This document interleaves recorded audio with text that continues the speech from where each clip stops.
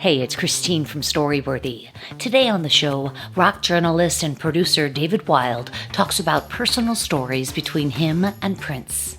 As the meeting is wrapping up, he literally looks at us and he goes, "All right, that was good. You guys want to have a little private concert?" And we went, "What?" And he summoned some, I'm sure, attractive two ladies or sisters to put two chairs in the rehearsal hall. And he got up and he did an hour concert with us 2-3 feet away just for us. And so I had a 2-person Prince private concert. At the end of it, he goes, "Hold on, David. When we first met, you were a journalist. So I want you to sign a non-disclosure form that you won't talk about this." And I went, "Prince, you have to get me to sign a non-disclosure form before you do that." Today on the show, rock journalist and producer David Wild shares stories about getting a private concert with Prince. Stay close.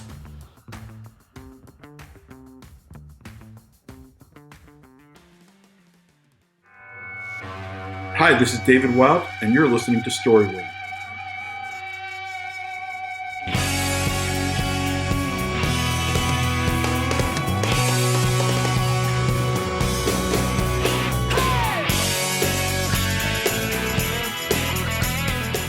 Welcome to Storyworthy. My name is Christine Blackburn, and I'm coming to you from Los Angeles, California. Whether you're a longtime fan of the show or a new listener, welcome to Storyworthy. Now, last week, I was able to have Larry King on the show. I checked in with Larry to see how he was doing in quarantine, and he's just such a funny guy. David, you know Larry? I have had the pleasure of meeting him and eating at one of his bagel joints, yes. Oh, that is so cool, in New York. Oh, no, in Beverly Hills. Who knows what's going to be left when they come back, but he has a bagel place in Beverly Hills. Do you know I didn't know that? What's it called? You're putting me on the spot. No, but is it like a diner or just straight bagels? It's a straight like bagel deli where I only went because he would often be at the front table with his friends. I think when he left Nate and Al's, I don't know if there was some revolution, and maybe he walked out and down a mile, he created his own bagel joint. I don't think I realized that. I'm going to ask him about it because he and I have actually become a little bit of friends, and he's done the show 3 times now, including he was a judge on Story Smash, as you were. I actually am quarantining with Larry King, so I can go get him and ask him. Yeah, I didn't want to be the oldest Jew in my lockdown. Listen, I got to tell you, man, it is so crazy, everything shutting down. It's just unbelievable. And Larry King, of course, he's never seen anything like this in his life as well. And he's just super funny, has a great attitude, and he shares all sorts of crazy stories about Trump, of course. And then I ask him about Tiger King. So it gets good. I listened to it. I'm a Storyworthy listener, of course. Thanks, David. I didn't realize that. Well, anyway, you guys go back and listen to Larry if you haven't, but not now, not today. But not today. Not today, because you're here with me and one of my very favorite people in the world, David Wild. David Wild, you guys, he's a music critic, he's a writer, and now he's a producer, and he's been a producer for years now. And I got to tell you, here's why I love David Wild so much. Are you ready, David Wild? Yeah. Let me get my wife. She needs to hear this. No, I just think you're one of the only people I've ever known who is living a dream. Do you agree? I do get to live many of my dreams, and my wife is living her nightmare. So it balances out. You guys are great together. I just saw a photo of her the other day on Instagram or something, or maybe Facebook. I forget. Twitter. On Twitter. It was adorable. She's so cute. She's so pretty. I agree. But anyway, I guess what I mean is that, you wanted to be surrounded by rock stars your whole life, and now you're surrounded by rock stars. It's just incredible. And I love all the people you get to meet. It's so exciting. And so today you're going to be talking about Prince. And so you're bringing stories from Prince today. And of course, you just had that special on, which was really great, the Grammy Salute to Prince. It was on CBS last week twice. And now you guys can get it on CBS All Access. But you Yes. also, of course, you know Prince personally. You knew him, and I know you've got some great stories, so I'm anxious to hear them. Absolutely. Looking forward to it. But before we talk about Prince, David, I gotta have you tell the story-worthy story of when you invited me down to I think it was the Shriners Auditorium, to The hear Shrine. the boss. The Shrine. The Shrine. Yes. Yes. To hear the boss. Yeah, that was a special event, concert we did to end racial trouble, and amazingly, it didn't work. But it was a great event attempting to make a statement, and it was a remarkable group of artists. But Bruce agreed to open it up with a sort of multi-artist performance. And yes, I invited you. I think it was Phil Rosenthal. Did I invite anyone else to come? I'm not sure. Lynette Carolla. Lynette Carolla. She was there, of course. Yes, the Bruce. She's like the biggest fan ever.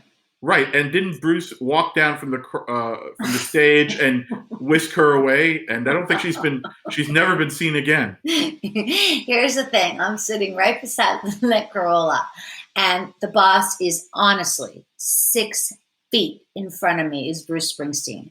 When he speaks, you could drop a pin. It is so silent. And then his voice comes out, and it's just a soft whisper. And he says, all right, let's go. And then the band just cranks up, and he's just stunning. He's so stunning. I can barely breathe. I can't believe this in front of me. And then, do you remember what happened? You tell me. I think I was working. I might have been running around. I had to leave. Oh, right. Yes. Because my parking meter was running out, right? Yes. Uh-huh. And the ticket is $65. Could I forget that ticket and just stay and meet the boss? No, because Jack Blackburn is looking down on me, and he would say, no, you don't get that parking ticket. So I leave. As soon as I leave, who comes off the stage? I think Bruce. And he goes right down to Lynette. And then when I got home, of course, I did not have a ticket. I see Lynette and Bruce on Facebook. That's a moment. I'm sure Lynette is talking about it right now still. It's like sometimes I don't sleep because of the coronavirus, and sometimes I don't sleep because I passed up meeting Bruce Springsteen for $60. I feel your pain. You do not feel my pain. You have no idea what I'm talking about. Oh, no. I've had moments like, this is not quite, but, I'm from New York, New Jersey. So, like Bruce, and the first artist that meant a lot to me because he was my mom's favorite was Neil Diamond.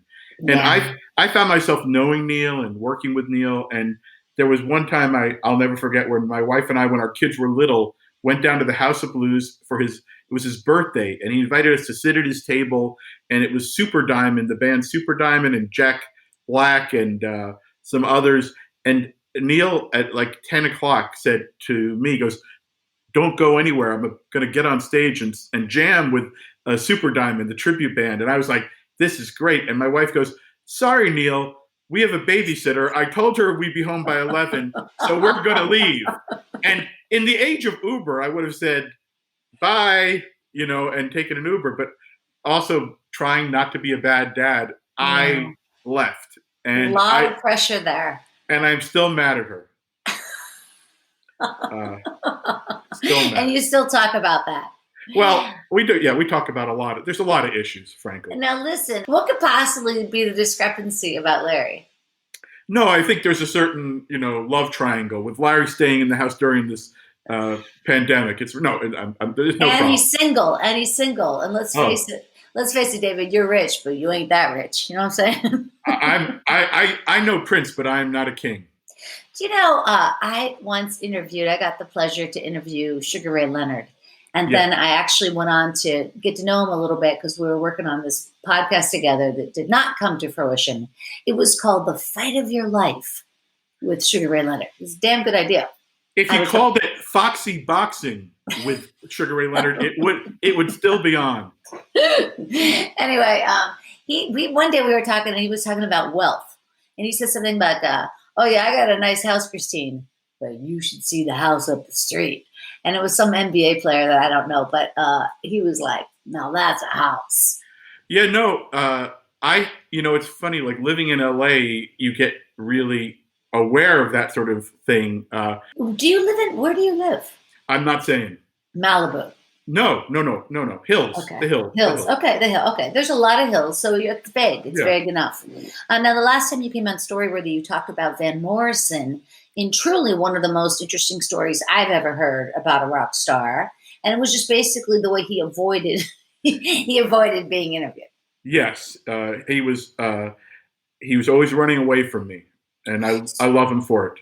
So how do you find most, as it were, rock stars or country stars or whatever, how do you find most people approach an interview with you, or when you used to write for Rolling Stone? Yeah, it's very different. A lot of them I've come to know in different ways. Like some don't like the journalist experience that much, but if you're collaborating with them on a TV production, it's a whole different dynamic. Like Bob Dylan, I had the experience of literally being asked to come meet with him, and he's my hero. And my older son is named after him. I mean, he's the guy, and he was coming from an interview with Rolling Stone when he came in, and he walked in. I was in his hotel room, and he came back in, waiting for him, and he said, "David, fucking interviews," and I went. I do those too, but he goes like, people still asking me why I went electric. How interesting. And I thought, oh boy. And then we had like a creative talk about a project he wanted to do. Yeah. And that he wanted me to write up a treatment for. And, but it's fascinating. Yeah. I've had the good fortune. In fact, my story today is about exactly that, because it involves how I first met Prince and then some of the things that were mind-blowing. But one of the cool things about my life is I wasn't a particular asshole as a journalist. So as a result, when I started working with these people in different ways, they didn't hate me too much. There might be one or two exceptions, but for the most part, it's good karma not to have been a douchebag as a journalist. Yeah, it seems really counterintuitive to be a douchebag if you need something from somebody, doesn't it? Well, you should. I remember Steven Tyler once telling me about another journalist. He goes, "I like you because," he goes, "I'm the rock star. You don't have the rock star attitude." But there was a point when journalists, like especially well-known journalists, would come in with a lot of rock star attitude, and that's now that journalism doesn't pay. Yeah. That's really funny. Well, it's interesting because there are different approaches in terms of like saying, okay, Joe Rogan has his podcast. Even though, yes, he brings on incredible guests, incredible scientists and physicists, it's still about him. He's the star. Same with Marc Maron. Mark is kind of still the star. When I feel like I do Storyworthy, listen, now I'm talking about Storyworthy. No, but I do try to highlight other people. In fact, to me, it's just intuitive that if you're trying to get something out of somebody, you would not talk about yourself. Yeah, well, it's, it works different ways. Sometimes if you're vulnerable and open up, that can help. But it's not, I don't know. I think it's like there is an element of non-sexual seduction about the whole process. And it's like, if they like you, they will share more. Like my wife, I married her or she married me because when I went out on the road with the McCartneys, 28 years ago or whatever it was, on a tour with Linda and Paul, she, for some reason, over the course of like 2 weeks, we were in South America and Colorado, and then we came back through New York and New Jersey, and she goes, "I like you." She goes, "Do you have a girlfriend?" And I said, "I just actually met this great girl. We've gone on a few dates, and she's in New York." She goes, "I want to meet her, and I want you to bring her to sound check tomorrow, and then we'll have lunch." And my wife, who's not my wife had one, when I met her, had one, the only album she had was a cassette of About Last Night, the soundtrack. That was so upsetting. No, not at all.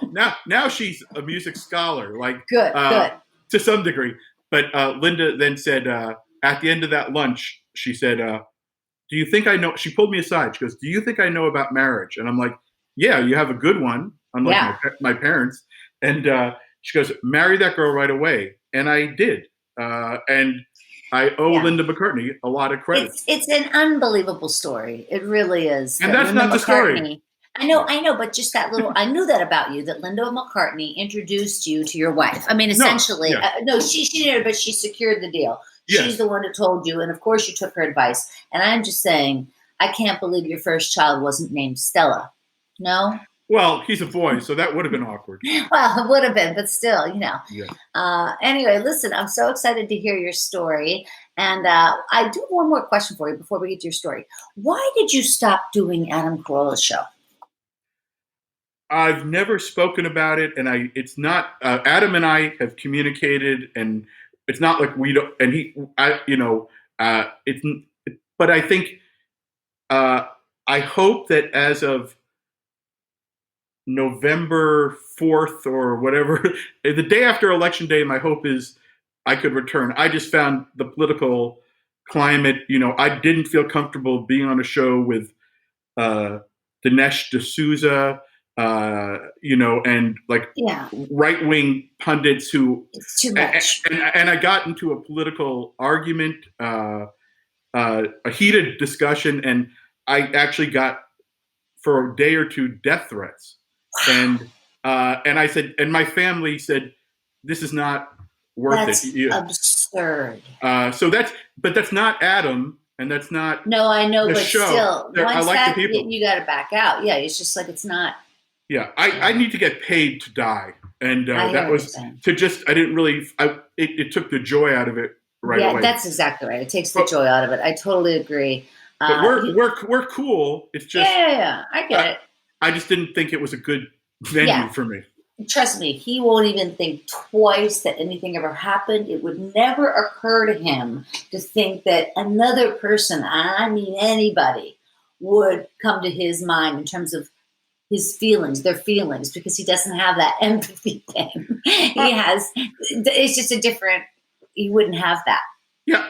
Listen, I don't feel that way. It's not him, but I will say, and I never complained to him about any of that. He was aware that the argument became a big, it went viral slightly. I just, if you're not enjoying that experience, why do it? Yeah, it's not worth it. I agree. I listen to a lot of different podcasts, and recently I was listening to Joe Rogan, and he said some stuff, and I'm like, oh my God, what am I doing? What am I doing? And then I turned it off. I haven't listened since. So, and that I knew he said stuff like that, and I knew he had opinions like that. But I guess I just thought, well, I haven't heard him yet. I mean, I haven't heard him, and I love the people he talks to. I'm so impressed with his guests. So, anyway, whatever. Well, and just unfortunately, our last month or two is proof that this shit matters. Like that, there are consequences to spreading stupid, ignorant and thoughts. And like, I have lost people I loved from artists. I mean, the music community. John Prine. I was supposed to be honoring him. I was with him at the Grammys, honoring him last weekend with his Grammy Lifetime Achievement Award. I loved him. Adam Schlesinger on Valentine's Day, seeking a cheap date. My wife and I went to a club show and saw Adam. Wow. And to think that, just to think of those two being gone now because of the stupidity of not getting the right information out there. Exactly. And did you know if John got sick? Like, did you know when he got sick? Fiona, his wife, went public. The news was that she had it, I think, and then she went public with what was going on. And anyone who follows me on Twitter at Wild About Music will know I couldn't have been. I just decided if I played John Prine music around the clock, which I do quite often before all this, that he would hold on. And I'm just heartbroken because we were Jason Isbell, who's my favorite songwriter now, had already agreed to do a song for him. We were gonna Fiona. John was so excited about being honored. I had Bonnie Raitt, worked with Bonnie Raitt on honoring him on the Grammys this year. Oh, wow! But yeah, I'm just heartbroken. And Yeah, I'm so yeah. sorry. Oh no, That's it's not my. well, but It's his still, I mean, family. there's things, but of course, but it's also like it's just a ripple effect. I mean, everything gets affected. I'm so sorry. And Right. also the fact that you do so many live venues. You've been doing the Grammys for like 20 years. So all these huge venues, and who knows when we're going to get back to that. Oh no, it's crazy. Like seeing, yeah, my life is doing these giant events, and like we don't. Who knows? No one knows. Planning anything right now is It's the craziest thing. other than a podcast. Yeah. What do you miss most? Like just, little stuff even. Uh, I'm a beyond working on these shows. I probably, since my kids have gone to college, Yeah. I go to maybe 3 or 4 concerts a week, and Oh, my wife is not so much into that. So I literally go a lot, and I'll park in Beverly Hills in the neighborhood and walk a mile to the Troubadour and go see anyone on any given night, and amazing. or I'll go. Yeah, I miss music. But yeah. You're always out and about. Yeah. I always see, I mean, the improv, you even come by and different gigs. I miss It's all fun. of it. Yeah. Yeah, I Yes. miss that too, but I really miss food. Like, I mean, I Oh, could cook some things, but oh my God, I just need to go to Hyperion Public well, right now. at the Springsteen show you mentioned, Phil Rosenthal was there. He and I have had lunch almost every week for 10 years, 15, Wow. 20 years. We've Yeah. been doing, and so it's like I did do a podcast with him for the Prince show, and but like, yeah, not having lunch with Phil is rough. Aw. Have you seen his new dog, that dog Murray? Well, the Daily Murray on He's his so Twitter. cute. Yeah, I love exactly. that dog. That's Yeah. that's a great feed. All right, you guys. Before we get to David's story, I wanted to remind you to find me over there on Twitter at Storyworthy, and yes, find David over there as well at Wild About Music. And then, of course, head over to storyworthypodcast.com and join my mailing list. Would you do that, please? You're in quarantine. You can't tell me you have anything better to do. So right now, storyworthypodcast.com, and then you click the button, hello, it's me, and I'm going to write you one sweet letter a week. That's it, one sweet letter. All right, you guys, he's here right now, David Wild. We've been talking to him. He's been on the show before. David is a Peabody Award-winning rock writer and a producer who has produced hundreds of music shows, like we talked about, music award shows and tribute shows, like that recent Let's Go Crazy, the Grammy Salute to Prince. And you were also, like we said, a rock journalist at Rolling Stone when it was like the coolest thing in the world. And then you just, like we said, you knew everybody. You spent time with everybody. David Bowie, Hall & Oates, as you said, Paul McCartney, Morrissey. It just goes on and on. Hundreds of interesting people, which makes you one of the most interesting people I know. He's here right now, you guys, wherever you are. Put your hands together for David Wild. Today's story is sort of a rambling one because it's sort of the journey my life has taken to date with Prince. As Christine mentioned, like I've had the pleasure of meeting and working with a lot of my heroes, and I am aware of how that is a dream for many. But with Prince, it's kind of a little different because, like, McCartney was a legend before I was aware of that. Bob Dylan was playing and singing before I was aware of him.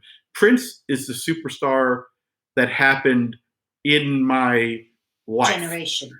Yeah, I was in college. I think it was a freshman year, sophomore year. I fell hard for Prince, and I remember I think I fell in love with Dirty Mind and Controversy, which were the new sort of records that he was beginning to cross over from R&B into the rock world and to begin his rise that would just keep going for years. But I remember buying one of the albums, and there was a poster in it of him in a shower and wearing like a G-string. Wow. And I put it up in my dorm room, and my roommates were very confused. They were like, but that's what Prince did. He just crossed all those boundaries. So cut to, I graduated and I went to Esquire magazine, and then 2 years later, Jan Wenner brought me to Rolling Stone. And my first time meeting Prince was I was sent, or maybe I sent myself, to Paris for the opening of the Love Sexy tour. And if it sounds, you might think it was really cool to go to Paris and cover Prince, and you would be 100% right. It was like, there could be nothing better in my book. And it was, he was playing a big like arena.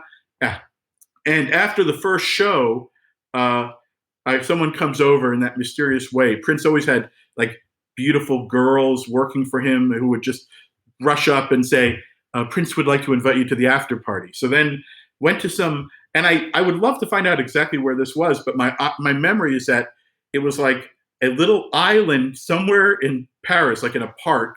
The Pont-Neuf Bridge, on the Pont-Neuf Bridge?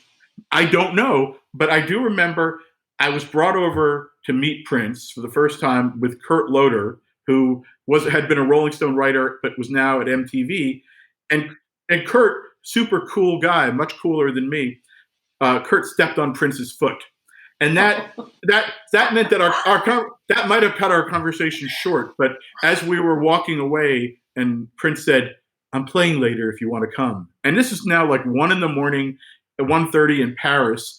And it was like later. And he did a after party show off the Champs-Élysées, a little club. I think it was called Le Bain Douche. And I think I looked up. The great thing about now is you can Google and find the set list. And I found the set list. Wow. And that was like the beginning of knowing the guy. He reached out to me and asked me to make suggestions for what should be on his hits B-sides anthology. And so when that album came out, it had a credit. It said, "A penny for your thoughts, ... David Wild," and a couple other critics. And I, for years, thought Prince thanked me. And when we started doing this show, working on the tribute, I looked at it as like, oh no, it was a penny for your thoughts. So my thought was, I never got a penny, but I will thank him and repay the debt with this Prince show. So that began working with him on a number of TV shows.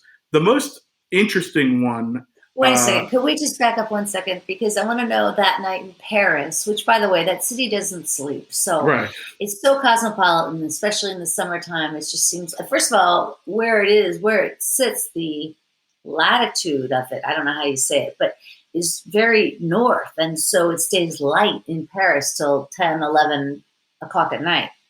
And then it goes all night long. I do remember getting out of the club, and I thought it was like, I think sunrise was happening as I left the concert. Wow. And it was fantastic. How many people were there? I mean, was it 50, 100? 100, 150 kind of thing. Wonderful. I think. So you're with your friend and you both get to go. No. I think it was just a bunch of Parisians and maybe a few critics. Oh, wow. How great is that? Okay. So then after that night, he gives you his card. You give him your card. I mean, how does he call you or does he email you? Oh, no. Prince, like, as I remember it, he didn't have a phone. He had people who had phones. And, if you heard from him, I forget how it happened. The next story that I can clearly remember every moment of is that because the Paris show was the best concert I ever saw until many years later, I'm working on the Grammys, and it's probably my 10th year working on the Grammys, something like that.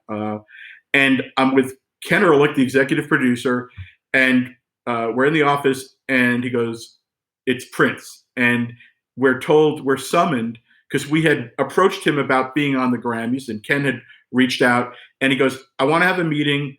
You and David Wild come over to the rehearsal hall." And so we drove over to this rehearsal space.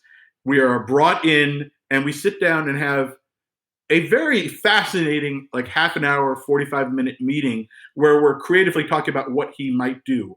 And what he ended up doing, what came out of that discussion was Prince and Beyonce opening the Grammys. And when I'm very happy and proud to be any part of what is considered, when Prince passed, the moments that there's 3 moments it seems like everybody talks about. Yeah. The Super Bowl in the rain, the While My Guitar Gently Weeps Rock and Hall of Fame guitar solo, and the Prince Beyonce moment. That was, I think, sort of a kickoff moment for this sort of second, third coming of Prince. But the greatest thing for me about that day was I remember a couple things. I remember that Um, there was news stories at the time that Prince was in financial trouble. So when we were brainstorming, at one point I made the faux pas of saying, "Listen, we don't want to spend too much money because we don't have all that much, and we don't want to spend too much of your money." And he gave me a dirty look, like, motherfucker, I got money. Yeah. Yeah, maybe another penny for your thoughts. Yeah, Wow. exactly. So then the great thing was, as the meeting is wrapping up, he literally looks at us and he goes, "All right, that was good. You guys want to have a little private concert?" And we went, "What?" And he summoned some, I'm sure, attractive two ladies or sisters to put two chairs in the rehearsal hall. And he got up and he did an hour concert with us 2-3 feet away, just for us, and sort of work through what he might do on the Grammys and do some other great songs. So I had a 2-person Prince private concert. Wow. And the great thing was, at the end of it, and this brought it full circle to meeting him as a journalist, at the end of it, he goes, "Hold on, David. When we first met, you were a journalist, so I want you to sign a non-disclosure form that you won't talk about this." And I went, "Prince, you have to get me to sign a non-disclosure form before you do that." And he sort of smiled and winked. And it's funny because in our subsequent, like in the meetings we've had, I think we had I had the pleasure a number of times of working with him. And like one time it was on some award show and he was giving an award, I think, to Renee Zellweger. And it was the biggest rain in the history of Los Angeles. And there were like houses falling down hills. And I pitched him telling a joke because I was writing what he would say with him. And I pitched him a joke about, "Hey, what about this purple rain we're having?" And he went, "Funny, no." And like, and the last meeting we had was when he gave an award. I think it's 2017 to Beck for like in January 2017 or 2016. His last appearance on the Grammys was presenting Album of the Year, and together we wrote this thing, he said, which is ended up in the special of like. Albums still matter, because I'm a lover of albums. I know you've got Neil Young behind you. You're a lover of albums. And I wanted him to say something about albums. So together we wrote a thing where he said something like, "Albums like Black Lives still matter." And that got into a lot of news stories over the years. And like, that's one of my collaborations with Prince, quote unquote. And I love, and like, I've gotten to write either little comedy songs or things with Stevie Wonder, Prince. I gotten to co-write things like that. And that's like, for someone like me, that's the dream, is how lucky am I to like literally on some little way with them being geniuses and me definitely not being one, I've gotten to work and collaborate with these guys.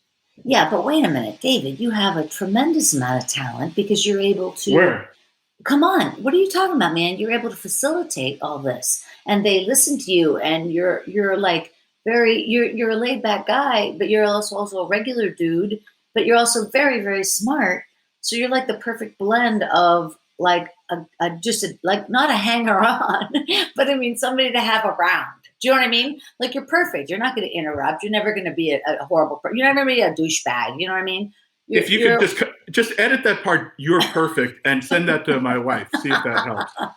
I have a feeling you and your wife have a tremendous amount of laughs. That's what I think. Yes, we do. Here's the thing. When you talk about Prince, you light up. I can see you now on this, the way we're recording. You look so happy when you talk about him.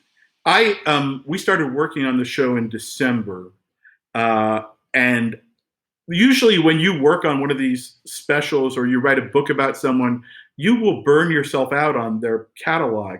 I cannot burn myself out on Prince. It's my music. It's like my guys are my guys. My guys include women, but like there's people: Bob Dylan, Prince, Stevie Wonder, Elvis Costello of a certain era. That stuff I can never get sick of. Joni Mitchell, Neil Young is for you. For me, yeah, absolutely. Now, you've also done a lot of, I want to go back to Prince, but also You do a lot of, well, you used to do a lot of co-hosting on Rock Solid, the podcast. Yeah. You've done several, right? I did a special Prince podcast and put it out.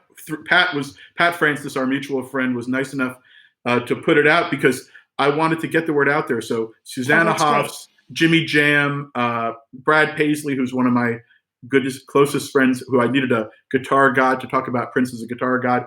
Taylor Locke from the band Rooney, amazing, formerly of Rooney. We did a little pop-up podcast because. I love podcasts. Yeah, so Rock Solid podcast is a lot of fun, and you and I are supposed to do a Bob Dylan one, which I look forward to. Yes, that would be Let great. on the Tracks.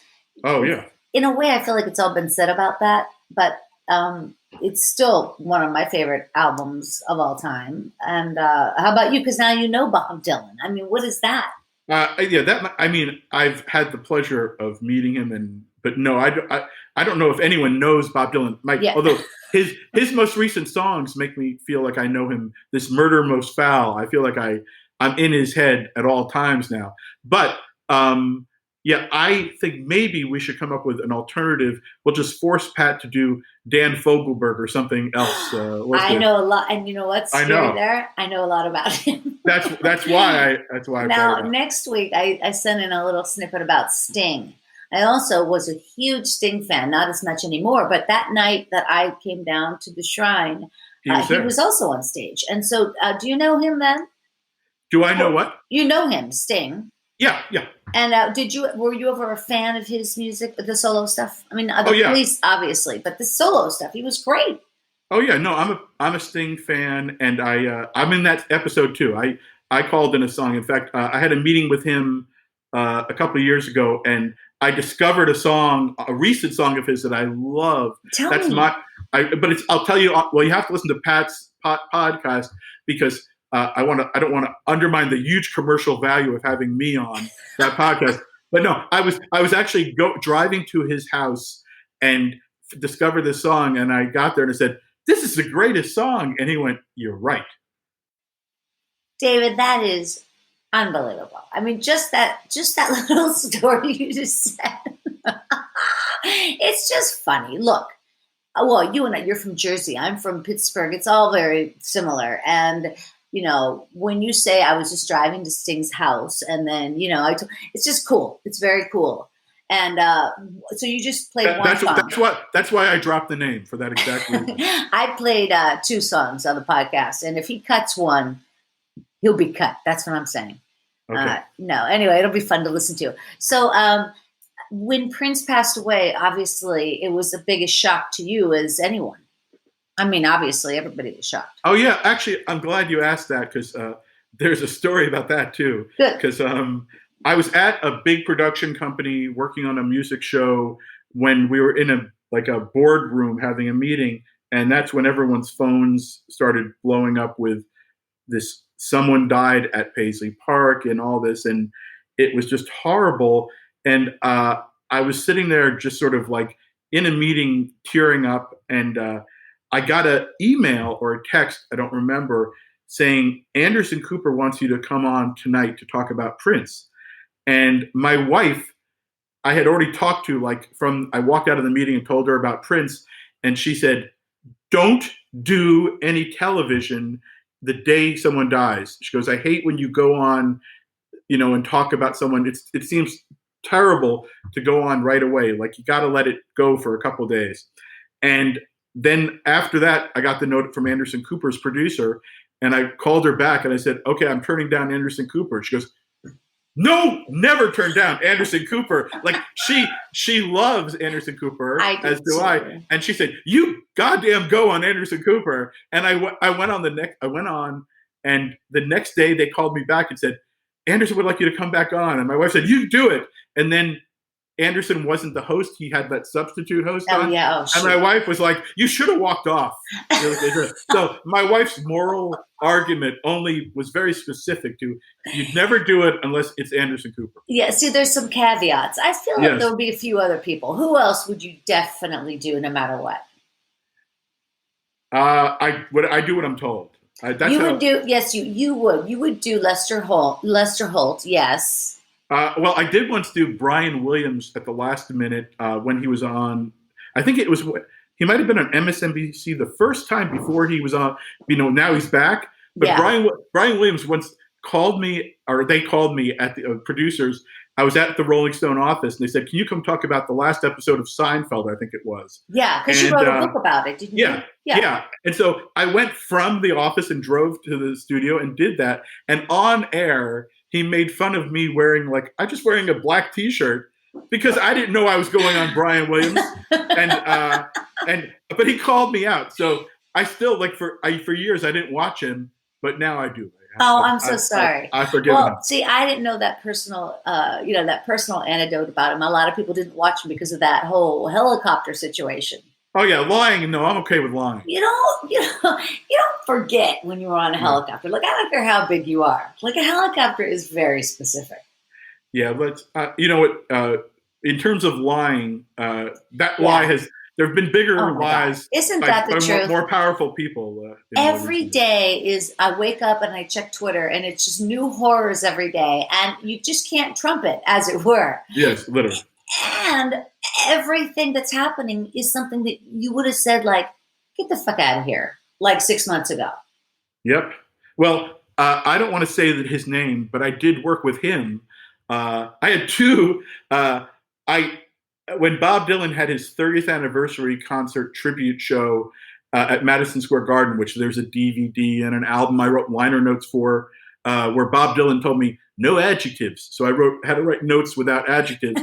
But at the after party was at an Irish bar owned by one of the chieftains, I think. Yeah, one of the chieftains. Wow. And I was standing next to Donald Trump for the first time then. And then cut to, I was working as one of the writers on the Emmys, and we did a thing called Emmy Idol, because American Idol was a pretty new thing at that point. And we had celebrities to sing and compete in a jokey way. And Donald Trump at that point was just enough of a star to barely get on singing Green Acres with Megan Mullally. And in truth be told, he did a decent job, much better at that than at foreign policy or domestic policy. But when the most amazing moment was, having worked on this little dumb segment many years ago, when he passed a farm bill a couple, whatever that was, a year and a half ago, Yeah. he tweeted it out, footage of him and Megan Mullally doing Green Acres. And I'm like, I cannot. If you had told me any of this back then, I don't know what I would have done. Yeah. Everything that is happening, it's just surreal. We're in a really strange place in our history. It's all going to be in the books. Are your kids out of college, or they're in college? I have one in college, but now back in my home, which is why I'm back in my bedroom doing this, so that I don't have to. Doesn't have to hear me telling my same stories. Yeah, but he can just be at school online. Yes. Yes. Yeah, that's good. That's helpful. And my other son graduated and is working in LA. So wonderful. I'm glad to know everybody's safe and everybody's home. Now, have you been listening to more music? I just got these new headphones, so I'm listening to so much music I can't even tell you. I think I've been listening, other than Prince, I've been listening to. People who follow me on Twitter will know that I tend to go on long walks and listen to music and podcasts. But other than that, I think I'm probably listening to a little less because there's more people in the house than normal. And I usually, as a writer, I'll play music. I actually today had a discussion with my son because my first these online interviews, I don't want to say what we're using, but there's many things that people are using. And the first time, I've never really used that. I've always sort of done things in person. Of course. But my first one during this pandemic was with the two surviving Beastie Boys and Spike Jonze for this new Beastie Boys movie. They asked me to write something with them and interview them. And then then I did one with Susanna Hoffs and Jimmy Jam and Brad Paisley. And I done them both. I literally am doing them in my. It's amazing what you can do in your bedroom now. Oh, but the thing musically, today You I had always could, David. Yes, exactly. And today I had to write a treatment up for some TV project. Sure. And I put on the Beastie Boys Paul's Boutique, an album I love, and I realized, oh boy, hip hop is terrible to write to when you're trying to Oh write. no, yeah, you can't do that. There's Too many words there's flying at too many you. words flying at you, and Yeah. like I realized, and during this pandemic, I don't think I normally do. I'm listening to much more instrumental music because I Yeah. can work better You with need that. background music. You can't, and especially podcasts can be hard to focus on. And podcasting, our stats have changed because there's no commute time anymore. So I'm Right. seeing my listeners. Hi there, listeners. I see those guys, listening kind of at different times, more at home, not as much on phones. Right. Yeah. Any way they want to listen. I think anything that gets people through. Absolutely, absolutely. I miss concerts as well. I go to a lot of shows. I don't go to the smaller shows as much, but I definitely love the Hollywood Bowl and the Greek, and yeah, it's a real drag. Hey, Anderson Cooper, by the way, one of the greatest guys in the world. I don't know him, but he just seems like the greatest guy in the world. And did you see yesterday? He was talking with the mayor of Las Vegas. And it was I saw it. It was a split screen like you and I are on. And at one point, he's just like, he just put his hands right over his face, like, I can't. I just can't. No, and it brought me back because my journey on this my last thing I did before the last show I could do before everything stopped was I did first a breast cancer benefit called An Unforgettable Evening that Tom Hanks, Rita Wilson, Tom Hanks, Kate Capshaw, and Steven Spielberg are sort of spearhead this annual dinner event. Were they there? Well, Rita was there, and Rita I was working with, and but were you hugging her? Well, here's the thing. My weird journey was so I had I did that show, and then I think she went to Australia the next day with Tom, and I'm home about to go to Vegas for the last show I did, which was a organization called Keep Memory Alive, Alzheimer's benefit that's near and dear to my heart because of my father. And that was honoring Neil Diamond, who's one of my heroes. And so I was all packed, and then we heard the story came out about Tom and Rita, and I didn't know, and I had a little cold. Oh, and God. And then but I went to Vegas. This was because it was not clear what you were really supposed to do. But I decided, okay, I'm going to just go do the show and hang back.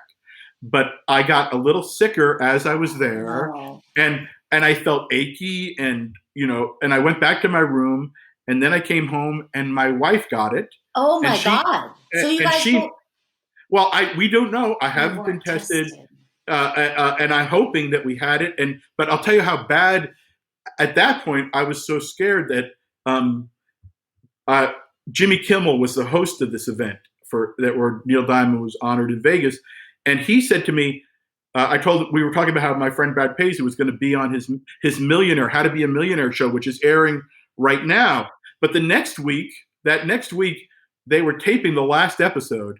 Brad was on it, going to be on it. And he said, oh, you're going to be his expert because on this show, the celebrities get an expert.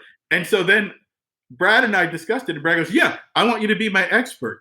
And this is the only time, with all the name dropping and self-promotion I do, I had to call him and go, at that point, it was beginning to all look so serious. I said, I cannot be around you because at this point, with my wife having this cold, me having this cold, having been around Rita, and I can't.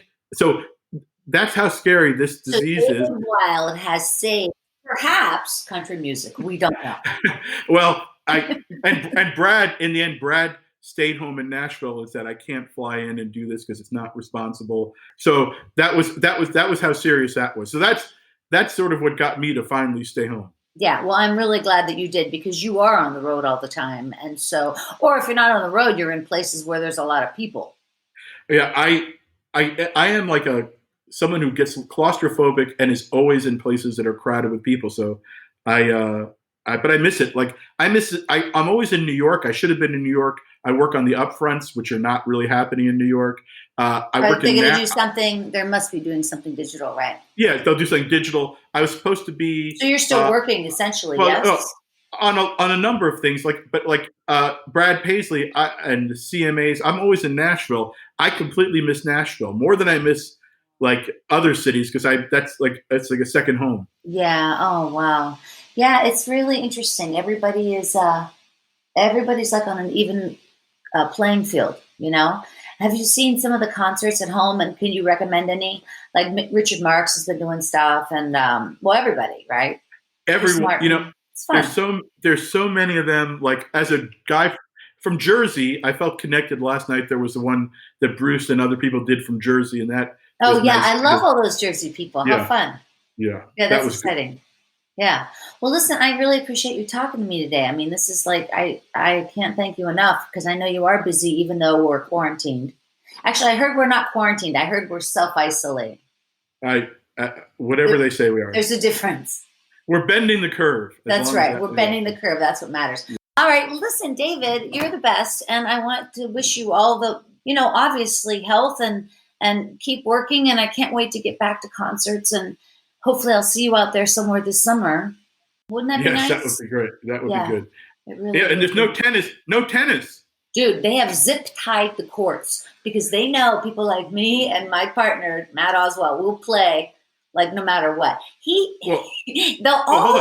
Griffith Park is closed, right? Everything is closed. Matt Oswald is texting me every single day saying, are they playing? Are they playing? I'm like, no, nobody's playing.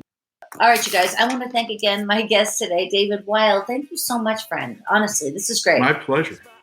You have amazing firsthand knowledge on a lot of stuff I like. I try to have knowledge. I'll see you over at the Rock Solid Show in one form or another. That would be great. All right, you guys, on behalf of David Wild, thank you so much again. I really appreciate it. My pleasure. My name is Christine Blackburn saying, make it a story-worthy week.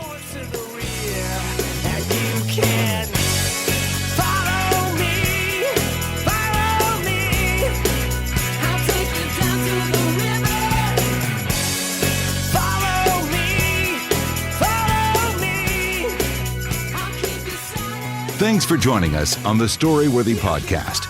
We'll be back next week with all new stories. Subscribe to Storyworthy on iTunes and visit the Storyworthy website at storyworthypodcast.com.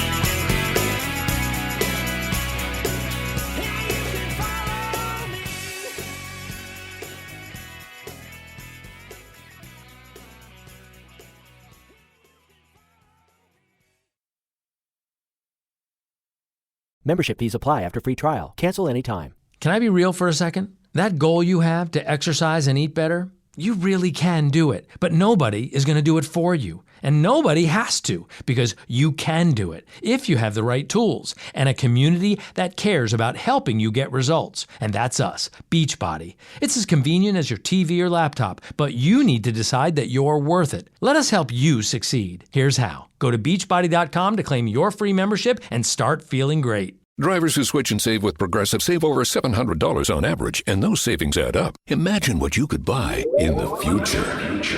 The graphics are so real on this video game console I bought with the savings from switching to Progressive 10 years ago. I can't tell what's real and what's the game, which I think is what people want, in the future, which it is currently.